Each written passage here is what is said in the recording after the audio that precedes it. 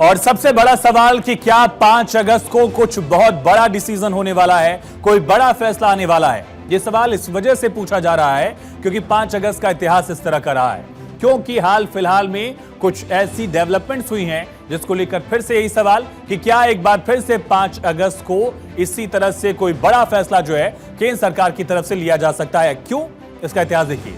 2019 में आर्टिकल 370 को खत्म करने का, निष्क्रिय करने का फैसला जो है मोदी सरकार की तरफ से जब लिया गया, यह ऐतिहासिक फैसला भी 5 अगस्त को ही सामने आया और उसी के साथ जम्मू कश्मीर को 2 हिस्सों में बांटा गया। एक तरफ जम्मू कश्मीर और फिर लेह लद्दाख को एक यूटी बना दिया गया। 5 अगस्त को ही 2020 में, याद करिए, श्री राम मंदिर का शिलान्यास हुआ था और इसी वजह से 5 अगस्त के इस इतिहास को लेकर यह सवाल पूछा जा रहा है कि क्या इस बार भी 5 अगस्त को मोदी सरकार कोई बहुत बड़ा फैसला लेकर सबको चौंकाएगी। हाल फिलहाल में कुछ ऐसी बैठकें हुई, कुछ ऐसी तैयारियां दिख रही हैं, इस वजह से इसको लेकर माना जा रहा है कि सरकार की तरफ से कोई बड़ा डिसीजन लिया जा सकता है। और इसकी सुगबुगाहट, कयास, चर्चा, अटकलें, ये तमाम फैक्टर्स क्यों दिख रहे हैं, ये समझते हैं कि इसके पीछे का कारण क्या है। दरअसल 5 अगस्त को देश में 2 ऐतिहासिक फैसले लिए गए, एक तो राम मंदिर का शिलान्यास और दूसरी तरफ 370। इसी के चलते 5 अगस्त की तारीख अपने आप में बेहद खास हो गई है।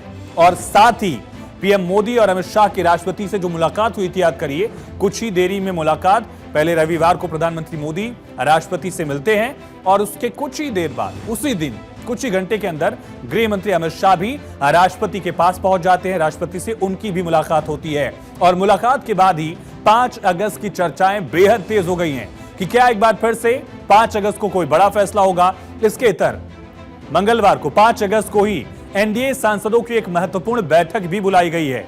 एक तरफ बड़े संवैधानिक या राजनीतिक फैसले के लिए तो यह बैठक नहीं है, ये सवाल जो है सबसे अहम है। लेकिन क्या बड़े फैसले हो सकते हैं, संभावना क्या है, किन खबरों को लेकर, किन फैसलों को लेकर अटकलें हैं, ये समझिए।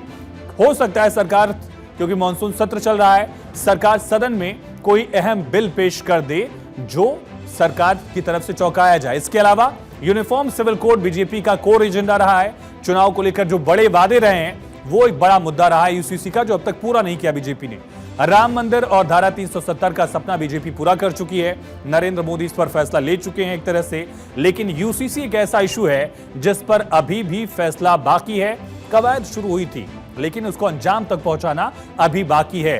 तो क्या यूसीसी की तरफ से, यूसीसी को लेकर मोदी सरकार की तरफ से कोई बड़ा डिसीजन लिया जा सकता है, कोई बड़ा फैसला लिया जा सकता है? और कौन कौन से ऐसे फैक्टर्स हैं जिसको लेकर चर्चा है?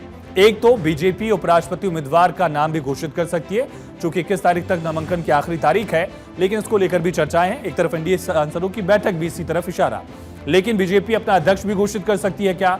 और केंद्र सरकार क्या केंद्रीय कैबिनेट में कोई बड़ा चेंज कर सकती है? क्या केंद्रीय मंत्रियों के कुछ विभाग बदले जा सकते हैं? क्या जम्मू कश्मीर का राज्य का दर्जा बहाल हो सकता है? बिहार चुनावी राज्य है, इकलौता राज्य जहां इस साल चुनाव है, ऐसे में बिहार को लेकर कोई बड़ा ऐलान। इसके साथ साथ डोनाल्ड ट्रंप के ऐलान के बाद भारत और यूएस में लगातार बातचीत तो चल रही थी, लेकिन क्या टैरिफ को लेकर भी केंद्र सरकार की तरफ से कोई सख्त फैसला, कोई बड़ा फैसला लिया जा सकता है क्या? ऐसे तमाम सवाल, कयास, अटकल, चर्चा लगातार दिख रही है और इसका जवाब 5 अगस्त को मिलेगा, जिसमें एक अहम बैठक भी होने वाली है।